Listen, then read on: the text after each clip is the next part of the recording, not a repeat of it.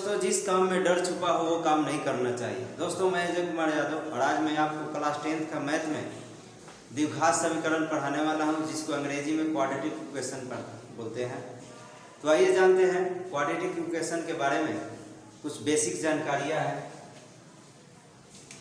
जैसा कि देख सकते हैं आपको यहाँ पे ये क्वाड्रेटिक इक्वेशन का जनरल फार्मूला सूत्र है ax² bx + c = 0। ये क्वाड्रेटिक इक्वेशन है, यानी कि द्विघात समीकरण का जनरल फार्मूला है, समान फार्मूला है। और उसके बाद a b c member of r, ये मेंबर का साइन है जिसको सदस्य बोलते हैं हिंदी में। r का मतलब होता है रियल नंबर। तो ये a b c जो है ये संख्या के रूप में रहेगा और वो वास्तविक संख्या के रूप में रहेगा।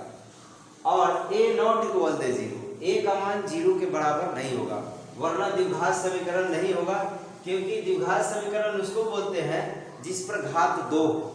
तो यहाँ पे देखिए ये घात 2 है और a का मान यहाँ अगर 0 हो जाएगा तो ये पूरा 0 हो जाएगा, तो द्विघात समीकरण नहीं हो पाएगा। इसीलिए वहां पे हमने लिखा है कि a ≠ 0, मतलब a का मान 0 के बराबर नहीं है। तो a का मान 0 के बराबर नहीं होगा, इसीलिए ये द्विघात समीकरण है। और a b c ये सब वास्तविक संख्या रहेगा, यानी कि रियल नंबर रहेगा, उसके जगह पर कोई भी संख्या रहेगा। जैसा कि यहाँ एग्जाम्पल में हमने दिया, यहाँ 4x² - 5x + 1 = 0। ये द्विघात समीकरण है क्योंकि यहाँ पे x² है और इस पर घात कितना है 2, इसीलिए ये द्विघात समीकरण है। और इसके गुणांक क्या है 4, जो a की जगह पर है, और यहाँ पे x है, आप देख सकते हैं यहाँ x है, यहाँ भी x है, लेकिन b की जगह पर क्या है -5 है, और यहाँ c की जगह पर क्या है +1 है। तो ये वास्तविक संख्या है, ये 4, 5, 1 ये सब क्या है वास्तविक संख्या है। दुनिया के तमाम जो संख्याएं हैं वो सब वास्तविक संख्या होती है। और दूसरा एग्जांपल यहाँ पे है x² + 4y यहाँ पे भी x ही होगा। अगर यहाँ x है तो यहाँ भी x होगा, नहीं तो वो द्विघात समीकरण नहीं होगा। तो यहाँ पे घात 2 है, यहाँ 4x है, या प्लस में √2 है। तो ये ध्यान में रखना है कि ये संख्या है, x वाले टर्म जो है रूट में नहीं होना चाहिए। तो ये भी एक द्विघात समीकरण है। फिर यहाँ है y² - 9, ये जो द्विघात समीकरण है ये y में है, हमको देखना है पावर क्या है 2 है, इसीलिए ये भी द्विघात समीकरण है। और फिर यहाँ भी देख सकते हैं 4x² - 25 = 0, ये द्विघात समीकरण है। और अब हम लोग जानते हैं कि द्विघात समीकरण कितने प्रकार के होते हैं। द्विघात समीकरण 2 प्रकार के होते हैं, जैसे कि यहाँ पे हमने लिखा है। पहला है शुद्ध द्विघात समीकरण, जिसको प्योर क्वाड्रेटिक इक्वेशन बोलते हैं, और ये इसका समीकरण होता है x² - 25 = 0, यानी कि यहाँ पे a और c का मान होता है, b का मान नहीं होता है। ये bx वाला टर्म जो है यहाँ पे देख सकते हैं, ये वाला टर्म नहीं होता है। यहाँ भी हमने एग्जांपल दिया है शुद्ध द्विघात समीकरण का, y² - 9 = 0 और 4x² - 25 = 0, ये भी शुद्ध द्विघात समीकरण का ही एग्जांपल है। उसके बाद दूसरा है मिश्रित द्विघात समीकरण, मिक्स्ड क्वाड्रेटिक इक्वेशन।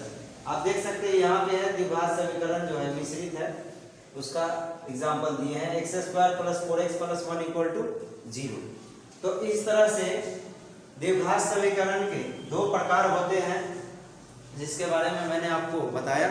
और आगे अब हम लोग जानते हैं सवाल के जरिए कि किस तरह से सवाल आते हैं और उसका जवाब किस तरह से देना होता है। तो चलते हैं हम लोग एनसीईआरटी बुक में एक्सरसाइज पढ़ते हैं। एक्सरसाइज 4.1 का पहला सवाल है, इसमें पूछ रहा है कि जांच करके बताइए कि द्विघात समीकरण है या नहीं है। तो आइए इसको हम लोग सॉल्व करते हैं और पता लगाते हैं कि ये द्विघात समीकरण है या नहीं। आपको पता कैसे लगाना है पहले समझिए। ये द्विघात समीकरण का जनरल फार्मूला है, जो हमने अभी इससे पहले बताए थे। इस फार्मूला के माध्यम से आपको इसको सॉल्व करके बनाना है, यानी कि ऐसे समीकरण जिस पर घात 2 हो वही द्विघात समीकरण होगा। तो आइए इसको सॉल्व करते हैं। चलिए सबसे पहले सॉल्व लिखेंगे। आपको पता है a + b का होल स्क्वायर क्या होता है, a² b² 2ab होता है। उसके बाद इसको गुना करा दीजिए 2x - 6। आप क्या देख रहे हैं x² + 1, 1 का स्क्वायर 1 होता है, ये 2x है, इधर 2x - 6 है। ये 2x सेम है तो घट जाएगा, या तो इस तरफ लाएंगे तो घट जाएगा। तो क्या हो जाएगा x² है, 6 को इधर ले आएंगे तो प्लस में हो जाएगा, पहले से भी प्लस में 1 है तो कितना आ जाएगा 7 हो जाएगा बराबर 0। तो ये द्विघात समीकरण है, आपको पहले बताए थे कि इस पर घात 2 होना चाहिए और इसीलिए ये क्या हो गया द्विघात समीकरण। तो यहाँ पे लिखेंगे ये द्विघात समीकरण है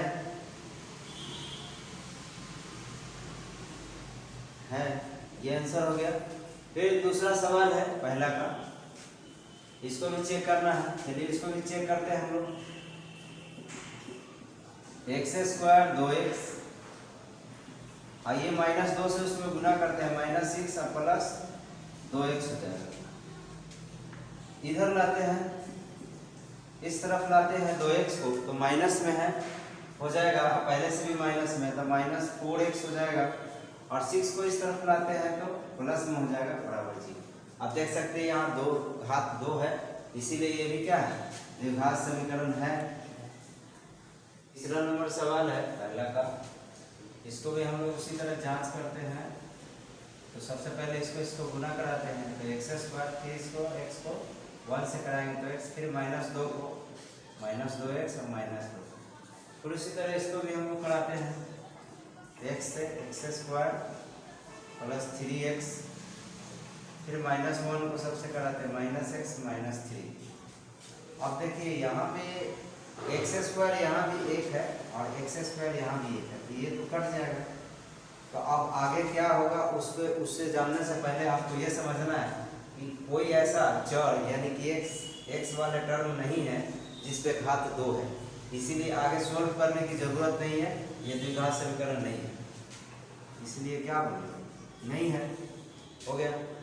चौथा नंबर सवाल है पहला का, इसको भी हम लोग सोल्व करके चेक कर लेते हैं। इसको इससे गुना कराइए तो 2x², फिर इसको इससे 1 से करेंगे x को, तो x हो जाएगा, फिर माइनस से -6x और -3, फिर इसको इससे करेंगे x² और 5x। चलिए यहाँ पे x² है प्लस में, ये है 2 है प्लस में, उसको इस तरफ लाएंगे तो क्या हो जाएगा ये x² हो जाएगा प्लस में। उसके बाद यहाँ क्या देख रहे हैं 6x और -5x और -3, इधर 5x हो जाता है, इस तरफ लाते हैं उसको तो -10x हो जाएगा और -3 = 0 नहीं हो। अरे 5x है ना प्लस में, इस तरफ लाएंगे तो माइनस में हो जाएगा, पहले से भी माइनस में है, तो 5 और 5 10 हो जाएगा। तो ये क्या है द्विघात समीकरण है, क्योंकि इस पर घात क्या है 2 है। चैप्टर में है 2x - 1 × x - 3, और इसी तरह ये x + 5x - 1, इसको भी इसी तरह मल्टीप्लाई हम लोग कराते हैं। तो ये 2x को दोनों से कराते हैं, तो 2x को x से कराएंगे तो 2x² और -6x, 2x को -3 से कराया तो -6x, -1 को फिर दोनों से कराते हैं तो -x और +3। फिर इसी तरह यहाँ पे ये x वाला टर्म है, ये दोनों से गुना कराएं, तो x में x से होगा तो x² और -1 से होगा तो -x, फिर इसी तरह 5 से कराते हैं दोनों में, ये क्या हो जाएगा +5x और -5। अब क्या करते हैं इसको हम लोग x वाले टर्म को, यहाँ 2 है x² प्लस में और यहाँ 1 है, इसको इस तरफ लाते हैं तो 1x² होगा और यहाँ पे क्या है -7x हो जाएगा, -1x और 6x क्या हो जाएगा 7x और +3। यहाँ पे क्या बचता है 5x में से 1x घटेगा तो 4x और -5, सबको इस तरफ लाते हैं तो x², ये 4x क्या है प्लस में, इधर आएगा तो माइनस में हो जाएगा, तो 7 और 4 11 हो जाएगा, और ये 5 प्लस में हो जाएगा तो कितना आ जाएगा 8 हो जाएगा। यहाँ क्या हो गया जी, ये द्विघात समीकरण क्या है क्योंकि इस पर घात 2 है। उसी तरह फिर इसको हम लोग सॉल्व करते हैं, तो यहाँ पे पहले से x² + 3x + 1, इसको तोड़ते हैं। वैसे तो ये द्विघात समीकरण नहीं है, आप डायरेक्ट कैसे चेक करिएगा, चलिए देखिए ये a - b का होल स्क्वायर पर है, इसको तोड़िएगा तो x² यहाँ से निकलेगा, यहाँ भी x², दोनों कट जाएगा तो द्विघात समीकरण नहीं होगा। चलिए इसको डिटेल से हम लोग सॉल्व करते हैं। a² b² - 2ab, ये x² हुआ, ये x, ये तो दोनों कट जाएगा, अब x² वाला टर्म है ही नहीं उसमें, इसीलिए द्विघात समीकरण क्या नहीं है, तो नहीं है। चलते नहीं है x प्लस 3 का होल क्यूब और 2x into x square minus 1। चलिए इसको सॉल्व करते हैं। a cube plus b cube plus 3a square b plus 3ab square होता है 3a b स्क्वायर। b के जगह पर क्या है 3 है। अब आपको ये सब सवाल नहीं आ रहा है तो इसका मतलब आपको a प्लस बी का whole cube a plus B का होल स्क्वायर ये अलजेब्रा का सूत्र होता है तो याद करना होगा।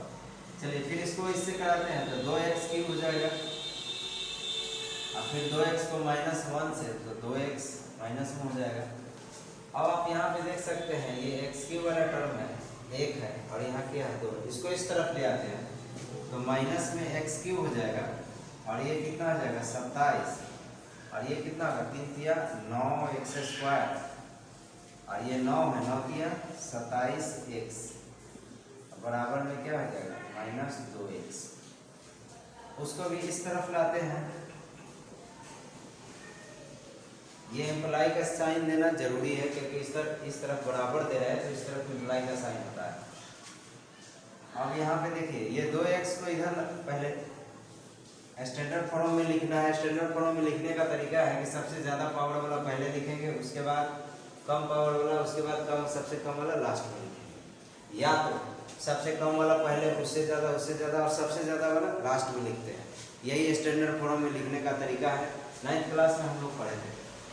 चलिए ये 27x हम लिखाएगा क्योंकि ये पावर 2 वाला है तो अब 1 वाला लिखेंगे। 2x को इधर ले आएंगे तो प्लस में हो जाएगा, पहले से भी 27 हुआ है तो कितना हो जाएगा 29x और प्लस में क्या 27 = 0। अब आप बताइए कि ये द्विघात समीकरण है या नहीं है। तो मेरे ख्याल से नहीं है क्योंकि ये इसमें पावर 3 है। द्विघात समीकरण में क्या होता है 2 घात होता है यानी कि पावर 2 होता है, इसीलिए ये क्या है द्विघात समीकरण नहीं है। चलते हैं 8 नंबर सवाल बनाते हैं। यहाँ है x cube 4x square -x plus 1। ये तो ठीक है, उधर वाला को तोड़ना है, उस तरफ वाला को तोड़िए। a cube -b cube -3a square b plus 3ab square होता है। तो ये x क्यूब है ये भी x क्यूब है, तो कट जाएगा क्योंकि दोनों प्लस में है, बराबर में उस तरफ भी 1 है और इस तरफ भी 1 है तो क्या कट जाता है। तो यहाँ क्या बचता है -4x स्क्वायर -x प्लस 1। इधर क्या हो जाता है -8, 2 का पावर 3 का मतलब -8, 3 गुना 6x स्क्वायर 4 तिया 12x। सबको इस तरफ ले आते हैं तो 6x स्क्वायर इस तरफ आएगा तो प्लस में हो जाएगा, पहले से माइनस में 4 है तो घट जाएगा तो 2x स्क्वायर। अब x वाला टर्म ये है 12x इधर आएगा तो माइनस में हो जाएगा, पहले से भी 1 है तो 13x हो जाएगा। उसके बाद 8 इस तरफ आएगा तो प्लस में हो जाएगा, पहले से भी 1 है तो कितना हो जाएगा 9 हो जाएगा। तो ये द्विघात समीकरण है क्योंकि आप देख सकते हैं कि यहाँ पर घात क्या है 2 है, पावर 2 है, इसीलिए द्विघात समीकरण है। तो ये पहला का 8 सवाल था जो कंप्लीट हो गया। चलते हैं दूसरा सवाल बनाते हैं। इसका दूसरा नंबर सवाल है, आपके पास अगर NCERT बुक है तो देख सकते हैं या स्क्रीन पे देख सकते हैं। इसमें दिया हुआ है दूसरा का सवाल है, निम्न स्थितियों को द्विघात समीकरण के रूप में निरूपित करें, सूचित करें। इसमें पहला सवाल दिया हुआ है, एक आयताकार भूखंड का क्षेत्रफल 528 मीटर स्क्वायर है, क्षेत्र की लंबाई चौड़ाई के दुगने से 1 अधिक है, तो हमें भूखंड की लंबाई और चौड़ाई ज्ञात करनी है। इसको द्विघात समीकरण के रूप में बनाना है। इसमें दिया हुआ है कि क्षेत्र की लंबाई जो है चौड़ाई के दुगने से 1 अधिक है, तो ये चौड़ाई और लंबाई में रिलेशन है जिसको आपको समझना है। और रिलेशन बनाते समय आपको ये भी समझना है कि किसको मानते हैं। इसमें बोल रहा है कि लंबाई जो है चौड़ाई के दुगने से 1 अधिक है, तो हम क्या करते हैं कि चौड़ाई मान लेते हैं। तो चौड़ाई यदि x मान लेंगे तो लंबाई अपने आप क्या हो जाएगा 2x प्लस 1, क्योंकि लंबाई जो है चौड़ाई के दुगने से 1 अधिक है। तो उसी तरह हम यहाँ पे माने हैं, माना कि चौड़ाई x और लंबाई क्या हो जाएगा 2x प्लस 1, क्योंकि लंबाई जो है चौड़ाई के दुगने से अधिक है। तो अकॉर्डिंग टू क्वेश्चन भूखंड का क्षेत्रफल दिया हुआ है 528 मीटर स्क्वायर, और आप भूखंड के बारे में आपको पता है कि ये क्या है, आयताकार है। तो आयताकार भूखंड है, इसीलिए उसका फॉर्मूला क्या होता है, क्षेत्रफल लंबाई गुने चौड़ाई। लंबाई क्या हमने माना है यहाँ 2x+1 और चौड़ाई क्या है x है। ये यानी कि दोनों को गुना कर देंगे, लंबाई गुने चौड़ाई क्या होता है बराबर क्षेत्रफल। क्षेत्रफल इतना दिया हुआ। अब इसको हम लोग सॉल्व कर लेंगे, तो सॉल्व करेंगे तो क्या हो जाएगा 2x² + x और उसको इस तरफ ले आते हैं तो 528 बराबर में क्या हो जाएगा 0। ये हो गया हम लोग का द्विघात समीकरण के रूप में, क्योंकि इस पर घात 2 है। चलते हैं नेक्स्ट सवाल की ओर। दूसरा नंबर सवाल है, दो क्रमागत धनात्मक पूर्णांकों का गुणनफल 306 है, तो हमें पूर्णांकों को ज्ञात करना है। देखिए, दो क्रमागत पूर्णांक के बारे में पहले समझिए कि क्रमागत क्या होता है। क्रमागत का मतलब होता है लगातार। लगातार का मतलब 1 हुआ तो 2 होगा, 3 होगा, 4 होगा, 5 होगा। तो आपको समझना है कि कितना पूछ रहा है 2। तो अगर 1 मानते हैं तो अगला क्या होना चाहिए 2। तो हम यहाँ पे क्या करते हैं कि पहली संख्या को क्या मान लेते हैं x, तो दूसरी संख्या पहली वाला से 1 ज़्यादा होगा, तो दूसरी संख्या हम क्या मानेंगे x+1। अगर 3 का था तो तीसरी संख्या क्या हो जाएगा x+2, क्योंकि पहली संख्या x है, यानी उसके जगह पर 1 रखते हैं तो साथ जितने भी x है सब के जगह पर 1 रखेंगे। तो 1 रखेंगे तो x के जगह पर 1 रखें, यहाँ भी 1 रखेंगे तो कितना हो जाएगा 2, और यहाँ भी 1 रखेंगे तो कितना हो जाएगा 3। लेकिन हमको यहाँ पे 2 ही संख्या का जरूरत है, इसीलिए पहला x मानते हैं, दूसरा क्या मानते हैं x+1। तो यहाँ पे हमने मान लिया है कि माना कि पहला संख्या क्या x और दूसरी संख्या क्या माने x+1, और दोनों का गुणनफल कितना दिया हुआ 306। तो दोनों को गुना कर दिया, बराबर में क्या लिख दिया 306। अब इसको हम लोग द्विघात समीकरण के रूप में व्यक्त करते हैं।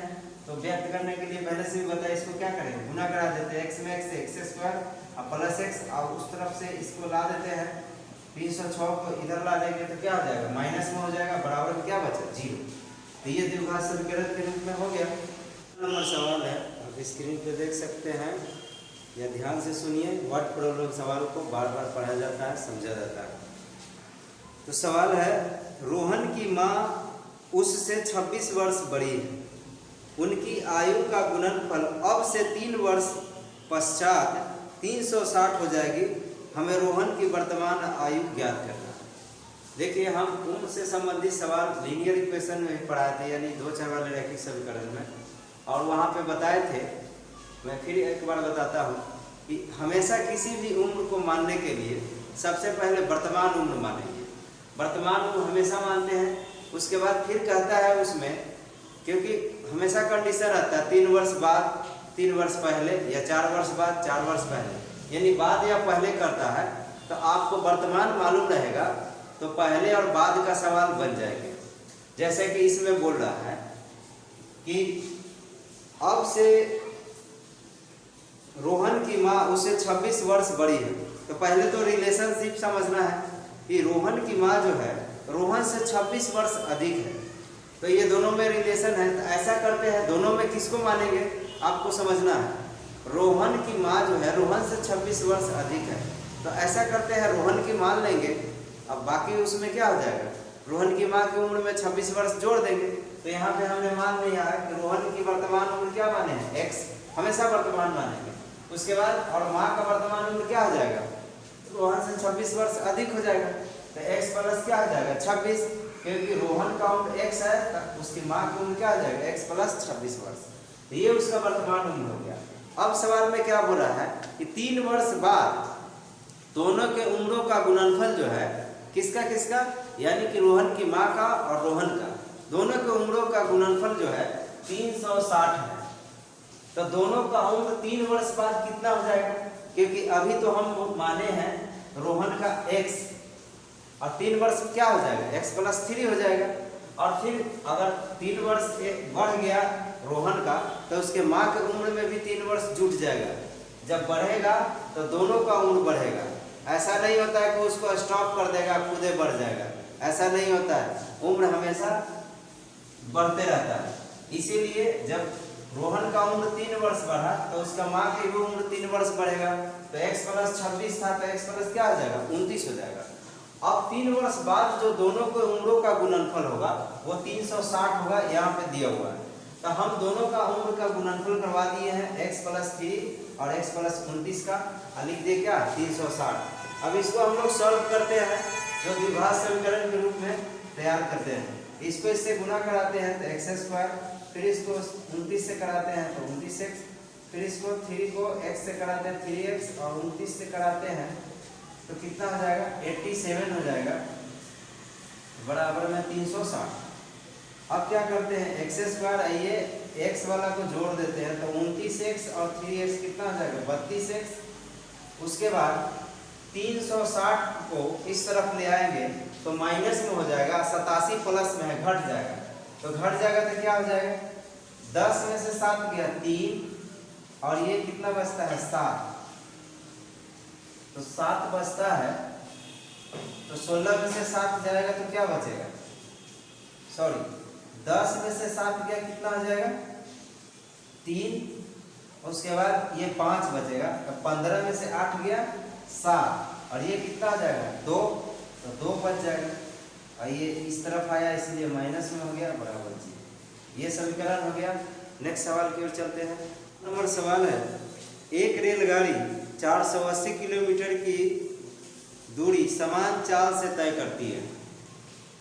यदि इसकी चाल 8 किलोमीटर पर घंटा कम होती है तो वह उसी दूरी तय करने में 3 घंटा अधिक समय लेती है। तो हमें रेलगाड़ी की चाल ज्ञात करना है। देखिए ऐसे सवाल जो है चाल दूरी समय से आधारित है, तो आपको ध्यान में रखना है कि मानना क्या है। तो सबसे पहले मानने के लिए जो पूछ रहा है उसी को मानना है। इसमें रेलगाड़ी की चाल पूछ रहा है, तो चाल क्या मान लेंगे, यहाँ पे हम लोग क्या माना कि रेलगाड़ी की चाल क्या x किलोमीटर पर घंटा, यानी कि 1 घंटा में x किलोमीटर चलता है। ये चाल हम लोग का हो गया। और दूरी पता है 480 किलोमीटर जा रहा है, तो समय बराबर फार्मूला हम लोग को पता है, दूरी बटा क्या होता है चाल। तो दूरी क्या है 480 और चाल क्या माने है x, किलोमीटर किलोमीटर कट जाता है तो समय 480 बटा क्या हो जाता है x आवर हो जाता है, h है घंटा हो गया। अब क्या बोल रहा है कि यदि चाल में जो है 8 किलोमीटर पर घंटा कम कर देते हैं, यानी कि चाल को रफ्तार को कम कर देंगे तो 3 घंटा अधिक समय लेगा। ये तो जाहिर सी बात है, यदि रफ्तार कम करेंगे तो समय तो ज़्यादा लगेगा और दूरी उतना ही जाना है। तो हमने यहाँ पे क्या किया, 8 किलोमीटर पर आवर कम करने पर चाल क्या हो गया, पहले था x, 8 किलोमीटर घटा दिए तो x - 8 हो गया। तो आप बताइए समय क्या हो जाएगा, समय बराबर फॉर्मूला क्या हो जाएगा, दूरी बटा चाल। दूरी कितना है 480 x - 8। तो अब प्रश्न के अनुसार क्या बोल रहा है कि ये जो है चाल कम करने पर समय जो है 3 घंटा अधिक लेता है, तब जाके दोनों क्या करता है इक्वल आता है। तो इसमें हम लोग क्या करते हैं 3 घंटा जोड़ देते हैं और दोनों समय का क्या कर देते हैं इक्वल कर देते हैं। इसीलिए क्या आ जाएगा 480 बटा x बराबर 480 बटा x - 8 और प्लस क्या आ जाएगा 3। ये दोनों को हम लोग इक्वेशन को सॉल्व कर लेते हैं।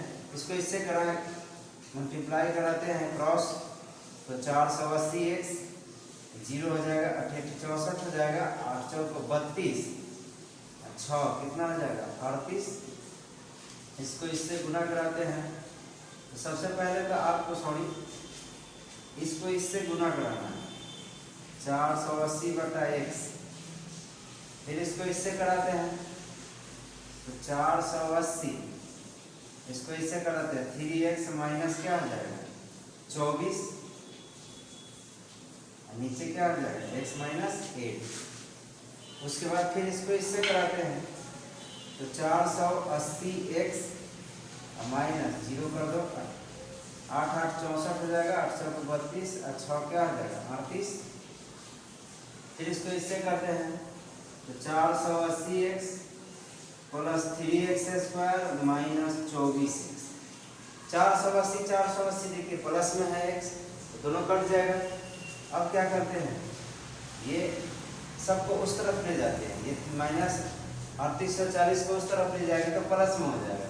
तो क्या हो जाएगा 3x² माइनस 24x प्लस 38 और 40 इक्वल टू 0। अब यहाँ पे हम लोग क्या देख रहे हैं, ये 3 कॉमन ले लेते हैं और 0 के नीचे कर देते हैं, तो यहाँ क्या बचेगा x² और ये 8x, और यहाँ पे क्या बचेगा 1 हो जाएगा, 2 3 दूना 6, 2 बचेगा, 3 8 24 बराबर क्या हो जाएगा 0। तो ये द्विघात समीकरण के रूप में हो गया। उम्मीद करता हूँ कि आपको समझ में आया होगा। तो इसी तरह वीडियो को देखने के लिए हमारे चैनल को यदि नए हैं तो सब्सक्राइब करें और अपने दोस्तों को भी अधिक से अधिक शेयर करें। मिलते हैं नेक्स्ट वीडियो में। धन्यवाद।